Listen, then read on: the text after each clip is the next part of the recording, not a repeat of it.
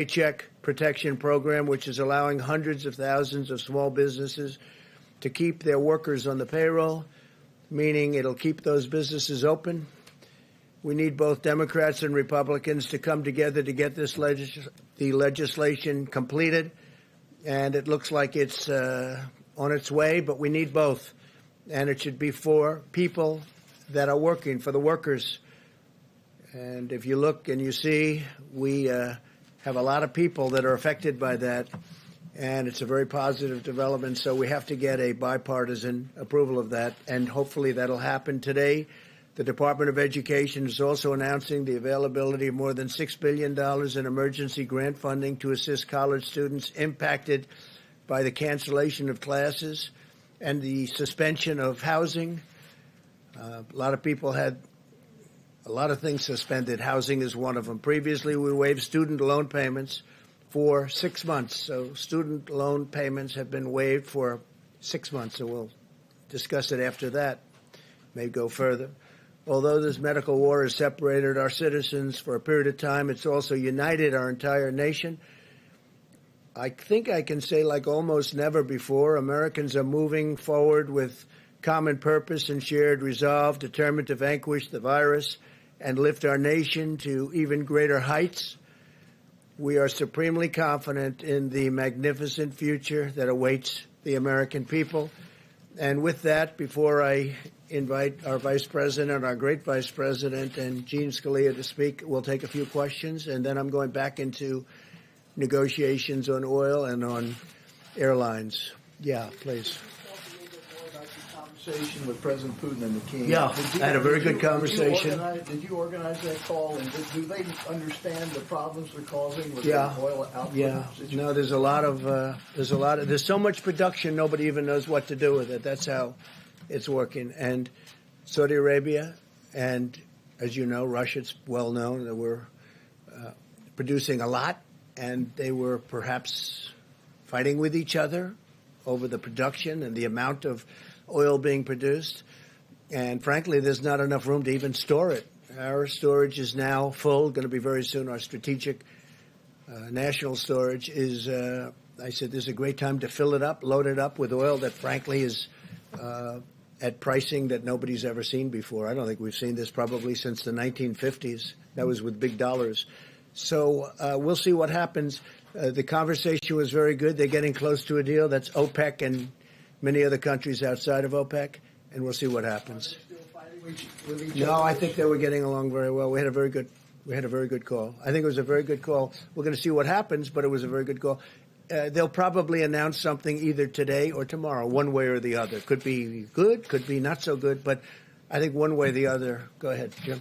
Mr. President, how could the administration discuss the possibility of reopening the country when the administration does not have an adequate nationwide testing system for this virus? Don't you need a nationwide testing system for the virus before you reopen the country? We have a great testing system. We have the best, right now, the best testing system in the world.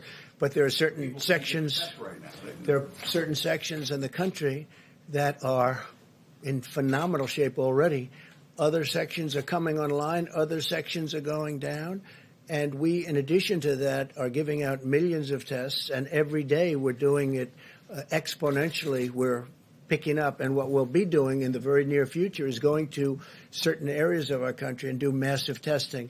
It's not necessary, but it would be a good thing to have. Don't you need that, though, Mr. President, to make sure people are safe going back to work? You don't want to send people back to the workplace. We want to have it, and we're going to see if we have it. Do you need it? No. Is it a nice thing to do? Yes. We're talking about 325 million people, and that's not going to happen, as you can imagine. And no, it would never happen with anyone else either. Other countries do it, but they do it in a limited form. We'll probably be the leader of the pack. Please. Mr. President, what do you say to the 16 million Americans, more than 16 million Americans who have lost their jobs in the last 3 weeks and fear that the economy won't just bounce back, like you said? Well, I think the economy is going to do very well. Now, that's just my feeling. It's a strong feeling. I've had good, proper feelings about a lot of things over the years, and I think we're going to do well. We're doing it looks like we're at the lower end of the curve in terms of death, which is a terrible word, a terrible dark word that we've experienced like nobody's ever seen before in this country. I mean, we have numbers that are terrible, but when you look at the lower levels of 100, lower prediction levels of 100, 120,000 to 220,000, or if we did nothing, up to 2.2 million people, we're looking at a much lower level than the level of, I hope, than the level of 100,000. So we're going to see. We're going to have to. You can never do anything about the people that lost their loved ones and lost their friends, and I mean the great friendships. And I'm not sure a lot of people will ever be the same, but I think our country, from an economic standpoint, will end up being stronger than ever. We have tremendous stimulus. We have tremendous stimulus plans. We have things in the works that are going to really, I think, fire the country. I think that what's going to happen is we're going to have a big bounce rather than a small bounce. But we will be back, and I think, honestly, I think our country is going to be back from an economic standpoint. Again, you can never replace the people that were lost, and to their families, certainly you can never do a thing like that. But we will have succeeded in many ways, hopefully keeping the number way below our minimum numbers, and also from an economic standpoint. You know, we met with the mental health people today, and that takes this is taking a tremendous toll mentally on a lot of people. And I think we're going to open up strong. I think we're going to open up very successfully. And I'd like to say even more successfully than before. Please. Thank you, Mr. President. Oil is trading today at about $23 a barrel in New York. Where would you want to see the price? Do you want it at $30, $40, $50 a barrel? Well, I want to see it where there's a certain market, but I also don't want to see it where people have no idea. You know, we'll be opening up areas for storage of oil, massive areas for storage of oil, because oil today is not selling. And what happened is the virus knocked out 40% of the market immediately. You know that. You know the number, 40%. Now, there was a lot of oil, but it was very controllable. All of a sudden, they lost 40%. You look at the road, you look at the car, you look at what's going on. There's nobody driving. There's no reason for it right now. That'll start coming back. But we are storing millions of barrels of oil that nobody thought would even be possible. Frankly, ships turned out to be a good business for some people because they're filling up tankers, sending them out to sea and not saying where to go. They're just sitting out there loaded up with oil. So we want to save our energy in this country. We want to make sure that our energy companies, businesses, and employees, workers, remain strong. So that's how I'm involved. And I think that's going to happen. So right now, if you look, you're probably talking 23, 25. If they announce a deal, we can get it up. We need a minimum number so the companies don't go out of business. So they're not going to lay off all of these energy workers who are important to our country. And, you know, we're now energy independent. We could do something where we only used our oil. But I think the long-term benefit is to be able to just go with the market. And it's going to work out. It's all going to work out. If you looked at 3 weeks ago, as you know, as we talked about it, 3 weeks ago and 2 weeks ago, this was catastrophic. I think it's really hitting bottom, and I think that, I mean, we've had a bottom, but now at $23 and $25 and probably heading up. At the same time, we save our energy, and we also produce great, cheap energy, and we save our jobs. Yeah. I want to ask you about the Paycheck Protection Program, because every day we're hearing from small business owners who are telling us that their banks don't know how to access this money. They're trying to apply. They can't figure it out. So where does the fault lie? Does it lie with the banks? I don't think there's a fault. They're doing record numbers of dollars. They're dealing with many community banks. They're dealing with Bank of America, Citibank, a lot of Wells Fargo, as you know, is very much involved. And they're dealing with the bankers. Can't go that quickly, but I'm hearing it's a very, very successful rollout. They did want changes in applications. They want changes in loan requirements, et cetera. But they're taking billions and billions of dollars worth of loans. And in the very near future, the banks will be relieving the money. They'll be paying out the money. Yeah, please. Sure. Are you still expecting the USMCA to take effect on July 1st? And considering the fact that the auto industry is hurting these days, are you ready to postpone the... well, we have a deal. Yeah, the deal is with Canada. The deal is with Mexico. We have a deal. And obviously the deal is different from the standpoint that production will be lower. but we have a deal. It's a signed deal. It's a deal that's one of the worst deals that we've ever had was NAFTA, one of the worst trade deals ever made by any country anywhere. And we'll be terminating that. And the new deal is a great deal for our country. So that's something. Now, again, we get hit by the virus, and we'll see where that all goes. But certainly car production is going to be down for a little while. But ultimately, good for our farmers, great for our farmers. We'll be helping our farmers, by the way. We have money going out to our farmers in the pretty near future having to do with, you see what's happened. The farmers got hurt very badly by all of this. People are eating less from the standpoint that there's no restaurants are open, no businesses are open, no hotels are open. They'll start to come back. But we're going to be helping out our farmers. Yeah, please. Go ahead. Thank you, sir. Philip Wegman, Real Clear Politics. Earlier you mentioned Project Skybridge, and we're hearing that through that project, a lot of the PPE that was sent out to other countries is coming back to this country. Do you know when we will be able to bring a majority of that back? And then are you frustrated that USAID allowed a lot of that aid to go out the door in the first place? Should they have brought it back? I'm not, because we're in very good shape. You'll be speaking with Mike Pence about this in a little while. You look at the hospitals, you look at what's going on. Yesterday I spoke with the governor of Louisiana. I'm saying, do you think we need that extra 1,000 beds that we're in the process of building? We are really in good shape. You're not hearing people are needing ventilators much. In fact, we're going to start helping other countries with ventilators. We're going to end up having a lot of ventilators for future should something happen for hospitals, ideally, to keep and have.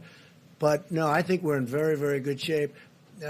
We have calls with governors all the time, and the governor's in very good shape now. We have sent billions and billions and billions of dollars between ventilators, equipment, protective equipment, masks. We have 500 million masks coming. 500 million from one group. 500. It'll be 300 million and 200 million over a short period of time. Now, I think we're in very good shape. Please. President, speaking of testing, some experts, including Scott Gottlieb, have talked about 750,000 tests per week being needed before the economy is opened. Can you address that? Do you agree with those numbers? If not, how many tests per week do you think we should have before the economy is open? I don't like using the word needed because I don't think it's needed, but I think we're going to try and hit a number like that. That's a very high number, but we're going to be trying to hit it, and we probably might be able to do that. Please, go ahead. Do that, sir. Go ahead, please. Thank you, Mr. President.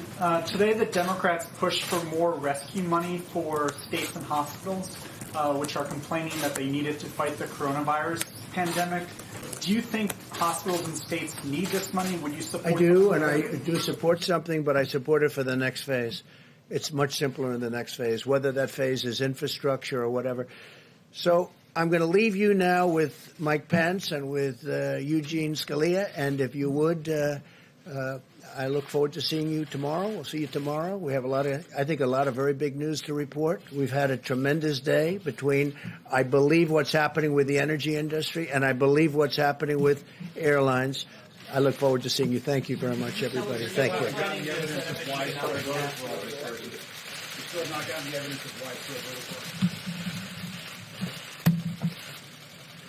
Well, good afternoon, everyone. At the present moment, we have now cleared more than 2 million tests across the country. And I'm pleased to report we're testing more than 100,000 people a day now. But we're working around the clock to scale up the new types of tests that the FDA has approved in record time. And every American can be confident that we'll continue to build out that structure going forward for the weeks ahead and the months ahead. At the present moment, there's more than 450,000 Americans who have tested positive for the coronavirus, and sadly more than 16,000 Americans have lost their lives. And as President Trump just said, our hearts go out to the families that have lost loved ones.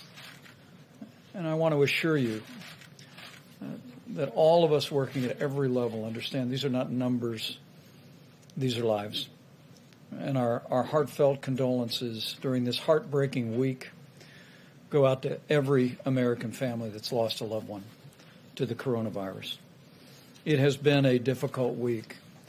But as Dr. Birx will reflect in just a few moments, as we look at the data literally on a county-by-county basis every day, we continue to see evidence that in areas where the epidemic has impacted most, the greater New York City area, Louisiana, the Detroit metro, the Denver metro, we continue to see evidence of stabilization.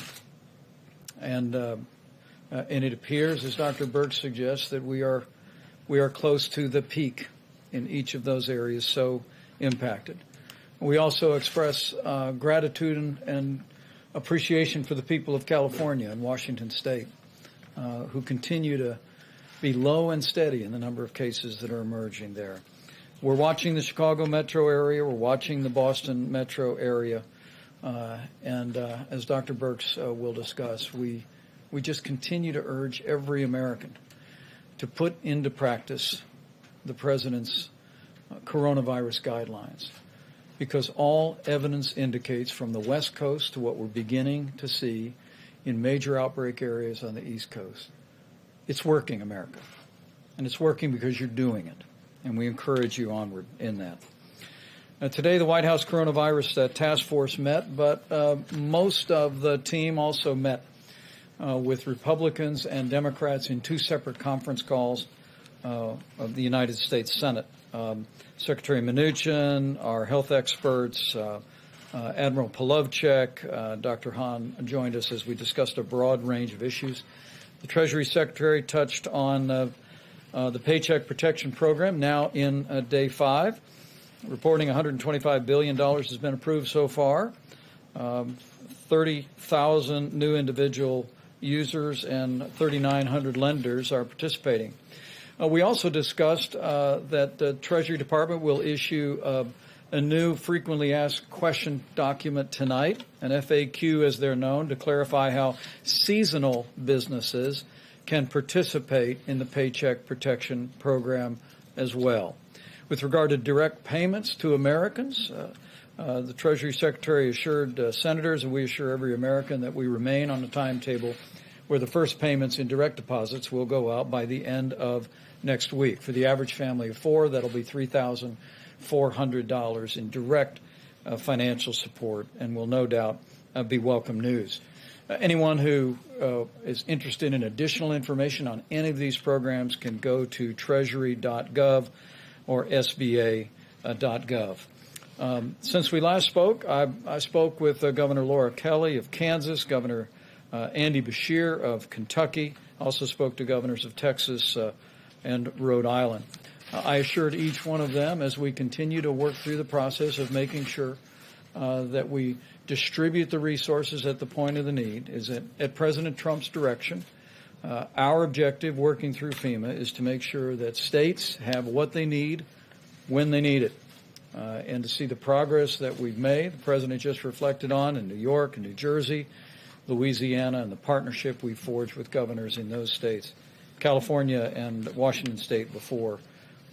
We trust gives confidence to governors and leaders of states across the country, most importantly our dedicated healthcare workers, that we will be there to meet that need should that need arise. At the present moment, FEMA reports the President has approved 54 major disaster declarations, and states around the country have stood up 29,000 National Guard, 11,000 of which are fully funded by the federal government under Title 32. Also, speaking of our military, at the present moment, we received a report today from the Department of Defense that 4,100 active duty military medical personnel have been deployed in New York, New Jersey, and Connecticut. And they are personnel that are working on the ground at the Javits Center, working, of course, at the USNS Comfort ship. But because at the present moment, the utilization of both of those temporary facilities has been fairly modest. The DOD actually worked with the city of New York to establish what amounts to a uniform temp service. They call it the bullpen. And today they literally deployed from the ship and from the Javits Center 75 medical personnel to relieve dedicated healthcare workers within the hospital system in the city of New York, and we'll continue to do that. We're going to make sure those federal temporary hospital and Javits Center is fully staffed. We'll make sure the USNS Comfort is staffed, but the physicians, those military personnel, are going to also be deployed across the city to bring much-needed relief to our healthcare workers in our system. From the VA standpoint, we've opened up VA facilities in New York City, East Orange, New Jersey, Detroit, Michigan, and we are opening up the VA facility to coronavirus patients in Shreveport, Louisiana. Finally, I mentioned that today we exceeded more than 2 million tests that have been performed across the country. And also, literally, working with the U.S. Public Health Service, states around the country have stood up hundreds of drive-through testing sites. And just this week, FEMA and the U.S. Public Health Service announced that we will give an option to states to transition from a federal testing site, dozens of which have been assembled around the country, to a state-managed site. I want to emphasize that this is an option. We believe it gives states greater flexibility to style sites or manage sites in areas that they think are most important. But we're also processing requests for continued federal participation in states from New Jersey to Louisiana to Illinois, Colorado, and Texas. And we want to assure people in communities all across the country that we'll continue to partner with states to the extent that they prefer us to be a part of it. With regard to the air bridge, 3 flights were scheduled to arrive today in Chicago, New York, and Dallas-Fort Worth. 49 flights are scheduled over the next 3 days. And we continue to work supplies. We continue to literally leave no stone unturned around America and around the world. We're literally in the process of acquiring tens of millions of supplies that are being brought into a distribution system organized out of FEMA and focused on the areas most in need. We're also bringing real innovation, and at the White House Coronavirus Task Force today, we tasked the FDA and CMS to review the feasibility of allowing hospital workers to use cloth gowns for performing procedures. It was observed that 20 years ago, most physicians and most surgeons wore cloth gowns every day and laundered them, but it's transitioned to disposable gowns, and we're working very rapidly in the next 24 hours, and we'll have guidance for hospitals and healthcare workers about the ability to in effect recycle gowns and make sure that we have the supplies that we need. As the President mentioned today, the President and the First Lady and I and my wife Karen we're honored to be a part of a conference call with mental health professionals from all around the country. And we know while there are families that are struggling with the coronavirus and struggling with heartbreaking loss to the coronavirus, we understand this is a very challenging time for every American, but most especially Americans who struggle with mental disorders or struggle with addiction. And the President brought some incredibly dedicated people together to make sure that they know we're with them.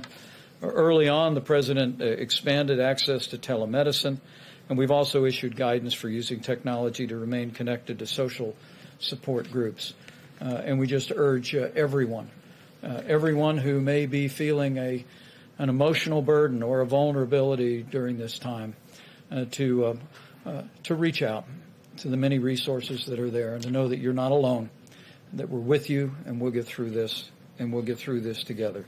So despite heartbreaking losses that continue this week in communities from New York to New Jersey to Louisiana, there are signs of progress, and hope abounds.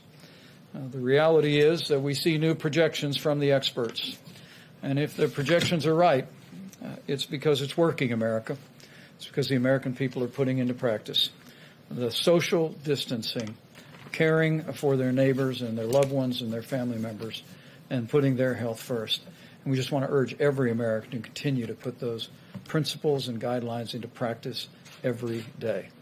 With that, I'm going to invite Dr. Deborah Birx up for an update. And Dr. Fauci will hear from the Secretary of Labor, and we'll take a few questions. Thank you, Mr. Vice President. So I wanted to cover today not only what we're seeing across the United States, but some of the testing data to assure from the prior question, if we're testing, I'm sure you're following our numbers every day, and the amount we're going up, about 118,000 to 120,000 per day are being tested. So we're way over the 750,000 per week currently. We have some statistics. Now, remember, we required this, thanks to Congress, to be reported. We have about 75% of that test data in now. About 1.5 million of those tests have been reported in. I just wanted to give you some ideas because sometimes we think that we're only testing in the hospitals, that this should give you an idea of the quantity and the types of tests that have occurred. So we've tested over 200,000 young people up to age 25. They have about 11% positivity rate. Over 500,000 people between 25 and 45. They have a 17% positive rate. Now remember, in order to get tested, you have to have symptoms. So this gives you an idea of the number of people who have symptoms that are not infected with coronavirus. Another nearly 500,000 people between 45 and 65, their positivity rate is 21%. Another nearly 200,000 between 65 and 85, 22% positive, and a small group of about 30+ thousand individuals over 85, and they have a 24% positivity rate. And so this gives you an idea of we're testing throughout all age categories. I see a lot of men in the audience today. I just want to remind them about the importance of health care. Of the male-female ratio, 56% of the people who are tested are female, 16% positive, 44% male, 23% positive. So again, it gives you an idea about how men often don't present in the healthcare delivery system until they have greater symptomatology. This is to all of our men out there, no matter what age group. If you have symptoms, you should be tested and make sure that you are tested. We appreciate you engaging in that, and also really recognizing the issues about comorbidities and making sure that we're addressing those. I had a series of great calls with about 17 states that are in our more rural areas, specifically around our indigenous people and tribal nations. It was a very reassuring call, and, you know, we are testing across the country. We do have about 63% of states that have less than 10% positive despite significant testing. And within the indigenous peoples and tribal nations, they're seeing the same thing that we're seeing across the nation, increased issues among those with comorbidities and those of elderly, but also issues in nursing homes. And so they are testing, many of these states are still capable of doing full contact tracing. And so they've been doing contact tracing from nursing home outbreaks and other outbreaks. It really gives us a clear impression of no matter what we do in the future, we need to really ensure that nursing homes have sentinel surveillance. And what do I mean by that?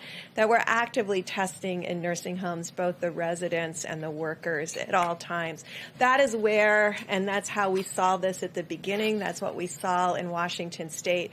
And that's what we're seeing in many of the states that have very low case attack rates.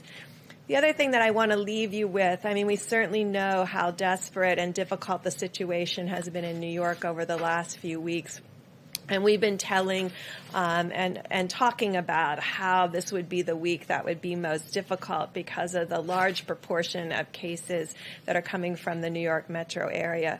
What's been encouraging to us, those early states outside of Washington and California, which still have extraordinarily low attack rates because of their level of mitigation, all of the new areas that are having new increasing cases, we talked about them yesterday, Washington and Baltimore and the Philadelphia metro area. That includes Camden, Wilmington, and the counties around Philadelphia.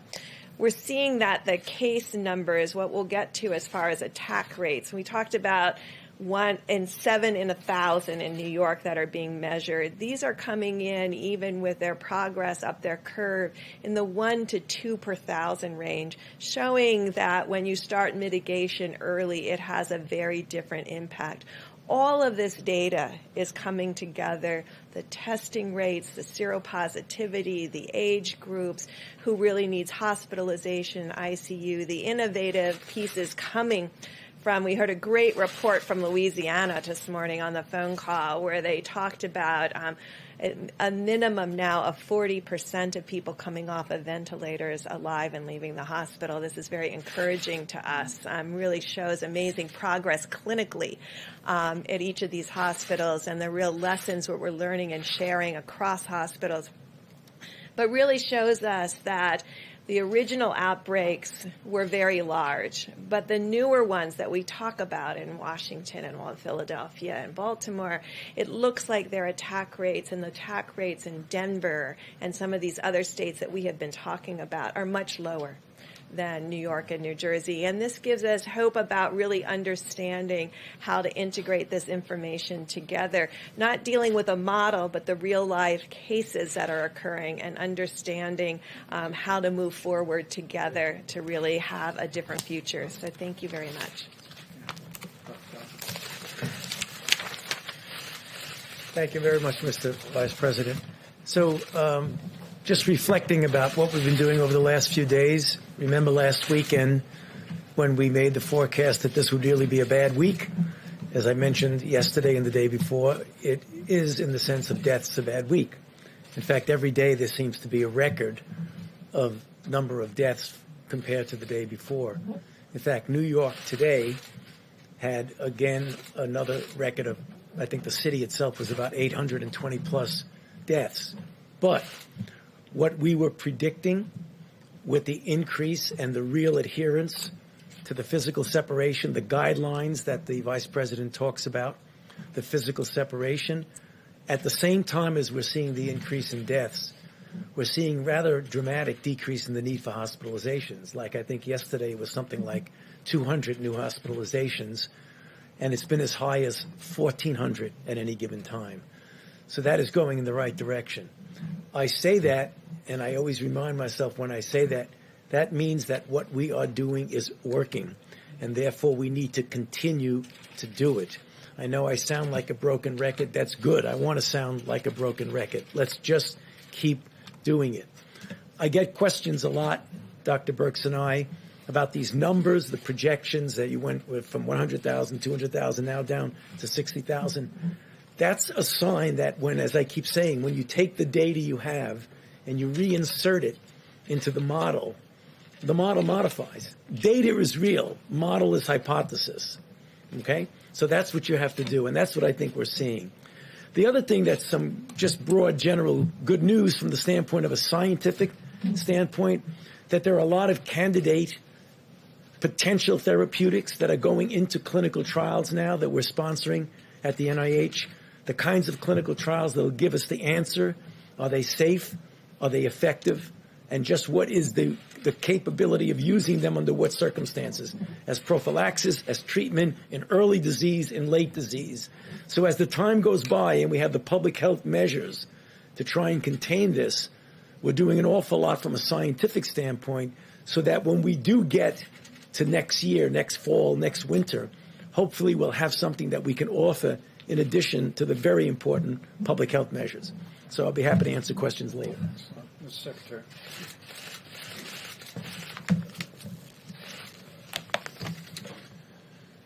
Mr. Vice President, thank you, and thanks to the task force, and of course thanks to the President for his leadership. The important public health measures that have been discussed so much in these briefings in this room have had a large impact in American workplaces. We saw that again today as the Labor Department released figures showing that 6.6 million new unemployment claims were filed last week. We're all mindful, the President mentioned this, that the American people are making difficult sacrifices. That has included being furloughed, laid off, or having a small business struggle. That said, American workers can be encouraged by how swiftly and comprehensively the President, and Congress have responded. 3 weeks ago, the U.S. had never had a law requiring paid sick leave at U.S. companies. But 3 weeks ago, the President signed the Families First Coronavirus Response Act, which did provide paid sick leave, as well as expanded family and medical leave for employees at small businesses, with those small businesses being reimbursed dollar for dollar for having provided that leave. Last week, we at the Labor Department issued rules to implement these leave requirements of the Families First Act, and we've been in near constant contact with employers and employees to help them understand the law, and in a number of cases already, to help workers get the leave that they were entitled to. Another unprecedented benefit for workers was provided in the CARES Act less than 2 weeks ago. That law, as you know, includes a $600 a week plus-up to unemployment benefits that are provided by the states. We have millions of unemployed Americans who are making a sacrifice for our national well-being. These bonus payments, and they're unprecedented, the government has never provided a plus-up unemployment payment like this. These payments are intended to make those workers whole as near we can. This temporary benefit is available not just to employees, but also to the self-employed and gig economy workers. Before the President signed the CARES Act, gig workers, independent contractors were not available for unemployment compensation. Today they are. At the Department, our team has worked day and night to enable states to make this benefit available. I'm pleased that a number of states are now making those $600 additional weekly payments. More states will follow in the coming days. How long it takes will vary by states. Some states' systems will take longer. But we at the Department will continue to support them. We have already dispersed $500 million to states to help them with their systems and making these payments. We have another $500 million that we're ready to release. And for workers who don't get this benefit when it's first due them, states will be able to catch them up later when their computer systems are able to make these payments. Let me add that we're also mindful at the Labor Department that many Americans remain in the workplace, including on the front lines in our hospitals, as well as our emergency responders. My department's Occupational Safety and Health Administration, or OSHA, has been providing guidance to employers and employees on coronavirus since the early days of this health emergency. We are fielding and responding to calls from workers worried about their health, and sometimes from workers who believe they've been illegally disciplined by their employer for expressing health concerns. We will not tolerate retaliation. OSHA will continue to work with workers and employers to keep workplaces safe, using all the tools available to us, including enforcement if needed. I wanted to finish by commenting on the Paycheck Protection Program, which we heard about earlier, run by the Small Business Administration. This, of course, is loans to small businesses to enable them to meet certain costs, including utilities, rent, and, most important from my perspective, payroll. As you know, if these companies receiving the loans keep their workers on payroll, these loans are largely forgivable. Here's why that program is so important from my perspective. We're seeing unemployment filings right now of the like that we've never seen before. But these numbers aren't the result of an underlying weakness to our economy. Our economy has been vibrant, incredibly strong just weeks ago. If, as we've heard again today, if we are disciplined now and adhere carefully to the guidance being provided by health authorities, we'll get that economy back. The President spoke at the State of the Union of the blue-collar boom we are experiencing. We want to lay the groundwork now for a blue-collar bounce back.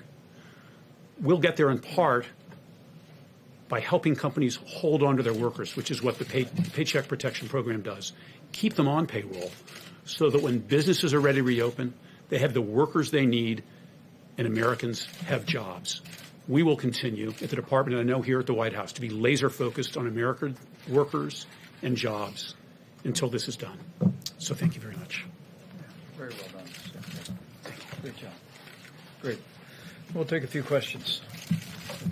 Yes, please. Mr. Vice President, a question for you and then a question for Dr. Birx or Dr. Fauci. Just to clarify, on the federal funding for testing sites in the states, are you saying that federal funding will remain for those sites, and will it remain at its current levels? It's not merely federal funding, but in many cases we provided personnel from the U.S. Public Health Service and also flowed supplies, personal protective equipment that was required for some of the early forms of testing, but it's less required today with new formats for testing.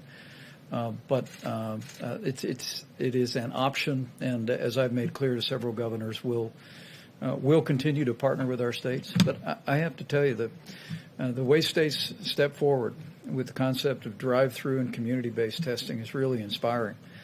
For our part, working with FEMA and our great team at the U.S. Public Health Service, we've stood up some nearly 50 different drive-through test sites around the country, but literally there are hundreds that have been deployed by states and by hospitals and local healthcare providers. But in this instance, we wanted to at least give them the option to take control of that, but we'll continue to resource them with personnel, supplies, and any other support that they need going forward. And then just a question for the doctors. I'm curious, did you see this information out of the CDC in South Korea today that shows that they're seeing evidence of reinfection in some people who had been cured of coronavirus? And what does that mean for our understanding of this? Yeah. Have you seen that? I'm not aware of what you're speaking about now, but clearly there have been anecdotal mentioning of what appeared to be reinfection. You have to really be very careful when you say reinfection, because and we were dealing with this with even Ebola back during the Ebola time, that someone might still, when someone does a test on them, do a PCR on a body fluid of some sort and be able to detect what are likely nucleotides that are not replication competent. So if you're telling me, which I don't think they're saying, that someone has coronavirus disease, they get sick, it's documented, they get better, and then a month or so later they get sick with documented coronavirus disease. I don't think that's what they're saying, but I don't want to jump the gun on it until I see the data. They use the word reactivate. Is that different? Yeah. Well, yeah, what reactivating means is that it depends what you mean by reactivating. If someone clearly is ill and they have virus isolated from them, that you may have a prolonged course. I'd like to see how long they reactivate. I mean, if they were sick and had documented virus, and then 3 months later they had documented virus, is that reactivation or is that infection with another virus? I'd like to see the data before I really comment on that. Yeah. Dr. Fauci, I wanted to ask about medical criteria. You had a discussion with Dr. Birx and the other public health experts on Tuesday, I understand.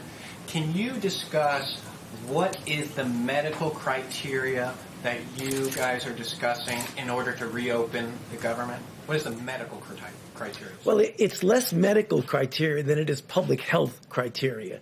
And that is, and I think it's really important because often people say reopen the government like it's a light switch that goes on and off for the entire country. We have a very large country with really different patterns of disease and outbreaks in different parts of the country. So it's not going to be a one-size-fits-all. It's going to be, what is the kinetics of an outbreak? Is it on the way down? Is it essentially out? Is it still smoldering and possibly going up? I think you're going to have to take it individually. And benchmarks that you're looking at, though? I mean, are there some numbers that you're looking at, some data that you would like to see? What would you like to see before that happens? Yeah, well, I will allow Dr. Birx to come up with just my own opinion. I don't think they're going to be benchmarks that are going to be consistent from one to the other. For example, I would not want to pull back at all in New York until I was clear that that curve really was doing what we've seen in other countries, a very steep decline down. And we had the capability, if there was a resurgence, of having everything in place to be able to do the containment as opposed to struggling with mitigation with what we've been doing. That's different than a relatively smaller city, town, or whatever you, in the Midwest or mountain regions, which is generally very well controlled. What I would want to see, do we have the capability of doing the isolation contact tracing and suppression of it. So it really varies differently. So I don't think there's one medical criteria. But Deb, if you want to speak to it. Thank you. So it's what I tried to cover in the brief presentation I gave. In talking to the 17 states that have indigenous populations and tribal nations and discussing with them what they were doing generally and what they were doing specifically through the Indian Health Service, they discussed the ability to find new cases and doing full contact tracing. And so they have strike teams. They are very well organized. You don't hear about them every day, and that's why I wanted to call them out. They are really doing amazing work at their public health institutions with their governors and their mayors, and they are in full contact tracing. Yes, they're doing social distancing, but they're also doing full contact tracing and understanding all aspects of their epidemic. So we're looking at those pieces, as well as when I was talking about blunting, really when you're starting to go up that curve, having that unbelievable blunting where you only get evident attack rates. And I want to be very clear about that. When we see cases, these are symptomatics that have been diagnosed. There's clearly, we believe, people we don't see. And that's why the antibody test is going to be helpful to us to really define that. So those are the pieces that we're bringing together to really analyze that. I did want to say the president talks about the 150 plus countries that are experience what we're experiencing. I just wanted to do a call out. We have Americans around the world in every embassy that are working with those countries now. This scarf came from Africa. It's one of my public health colleagues there. I just want to recognize the public health colleagues around the world who are doing all of this work together to change the course in their epidemics in every single country around the globe.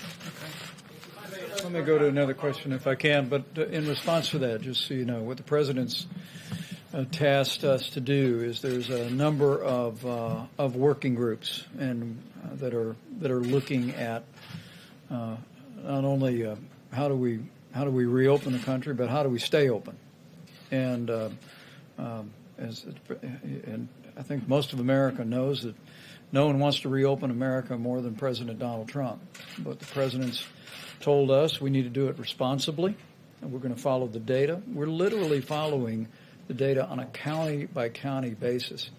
This morning, we were literally presented with information of each county that had more than 100 new cases and had, went in the other direction, had, less than 100 than the day before. It's really remarkable. And so I think what you hear the health experts saying will inform the President's decision and timing. But make no mistake about it, that the best thing we can do to reopen America is put the coronavirus behind us, to reach the end of that curve with as little loss of life or hardship as possible, to have in place that we soon believe we will, the kind of therapeutics, I call them medicines that make you feel better, by this summer, to have more widespread testing that we're scaling up each and every day, and also to have the kind of guidance that the CDC is even now developing for businesses large and small, for families and for schools, for that day that we do reopen America. Question?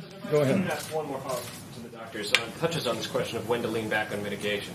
There is a study out of Los Alamos this week that I hope you've seen. It's on the CDC website. It looks at this question of R0, which is a technical term that you understand. It has to do with the reproductive rate of the virus. The study shows that the R0 for coronavirus isn't between 2 and 3, as had been thought before, but it's actually closer to 6, which means that one person on average is infecting 6 others. So with this information, how does that impact the model? How can you begin to think about when to reopen society if it's more contagious than we thought before? Well, I can tell you as the layperson on the stage. Go for it. We have known from the beginning that this is at least 3 times more contagious than the flu. And I believe that fact alone has informed our projections and the modeling, but now I'll let the experts respond. I'll go quickly and then we'll tag team together. So when we've been talking about the asymptomatic group, and that's why I gave you that testing data where 11% of young people under 25 were positive, many of them very low-grade symptoms. What we will be triangulating for you is the testing data with hospital admissions, and then you'll be able to start seeing spectrum of disease. Because what you're not seeing in spectrum of disease is people who never even think that this is something significant, that what they have. We're seeing the significant cases. In testing, you can see that we're getting a lot of people in with symptoms aren't positive. And so really finding out what is the R naught. Is it 6? Is it 5? And the only way to do that at this point right now is to get the antibody tests out there and go into these places that had significant disease. When we talk about attack rates of 7 per 1,000 like New York and 5 per 1,000 in New Jersey, and test the healthcare workers, the first responders, all of the nursing homes for antibody, and really get to your question. Because right now it's still theoretic. We understand they're modeling this, and we will get the data to actually look at that. You will see what others have been presenting. So you presented the 6. What others are presenting, importantly, is they're modeling what's happening with mitigation, and they're publishing that the R naught with mitigation is approaching like 1.3 and 1.5. So that, think of what that is. If it was 6, and then with mitigation, we have it into the 1s. That really shows the power of the American people. No one has varied R naughts like that without a vaccine. But this is what's happening with really the power of the American people, Tony. Yeah. Ditto to everything that Dr. Burke said, but I couldn't help but thinking when you talk about, you know what the worst enemy of an R naught is? Physical separation. How about one more? One more. Go right ahead. Testing capacity in the country right now to reopen in the foreseeable future? I mean, because the president talked about 2 million tests. Are we going to have the testing capacity needed to make Americans feel comfortable going back into their workplaces? I mean, it seems to me that is a pretty critical question at this point. People are not going to want to go back to work if they think their coworkers might be carrying the virus. If we're not testing enough, how do we know it's safe to go back? Well, I think the American people see the incredible progress that's been made after President Trump brought in the largest commercial labs in the world to scale testing, the likes of which we've seen. We are, as Dr. Burke said, well over 100,000 Americans being tested every single day. We have an antibody test that is coming online. Abbott Laboratories literally has thousands of machines across the country. We're working with hospitals and labs around the country to activate those machines for the 15-minute test. And do we have enough testing right now? Well, let me say we're moving every day toward meeting that moment. But let's be clear: reopening the country, as the president is very anxious to do at the earliest responsible moment, will be through a combination of facts. First would be that we are at the end of the coronavirus for most major communities. Another piece of that is that we have therapeutics for Americans to take medicines if they contract the disease.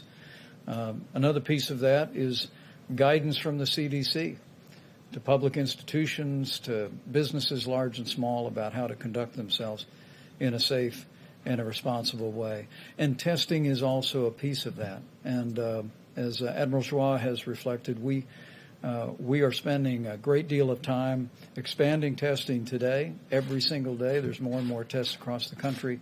But we're also working to scale testing that as we move into this summer and move into the fall, we'll have the testing we need to do what these doctors call not diagnostic testing, which is to take a test of a person that has symptoms, but surveillance testing, so we can identify people that may have had it and may be immune versus people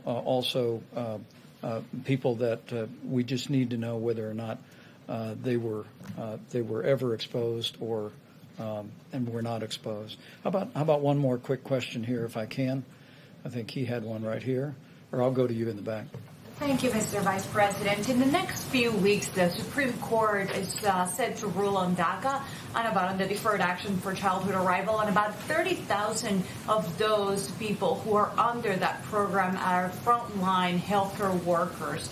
Is the administration in any way ready to protect them if the ruling comes in your favor and takes the protection out and they can no longer work in the health field as they're needed right now? Well, I think the president's been very clear on his desire to reach a solution on that issue with the Congress. But let me say, whether it be healthcare workers or people working in food supply, other people working in critical infrastructure, we're incredibly inspired by the way people across this country are stepping up to keep healthcare rolling and available. A high quality of care, even in areas deeply impacted by the coronavirus. And also, as we said the other day, hardworking people in our food supply, from the farmers to processors to distributors to truck drivers to grocers. We received a good word that over the last several days we've actually seen a significant drop with one major company in absenteeism. We issued new guidance from the CDC about how people who may have been within close proximity to someone who had the coronavirus could return to work before the 14 days if they didn't have a fever, if they tested themselves twice a day and returned with a mask. But the dedication of people to continue to work is truly inspiring. And I know as we go forward, we'll work through a broad range of national issues, but we're going to be incredibly proud for a long time by the way people all across this country responded to this moment. So thank you all very much. We'll see you tomorrow.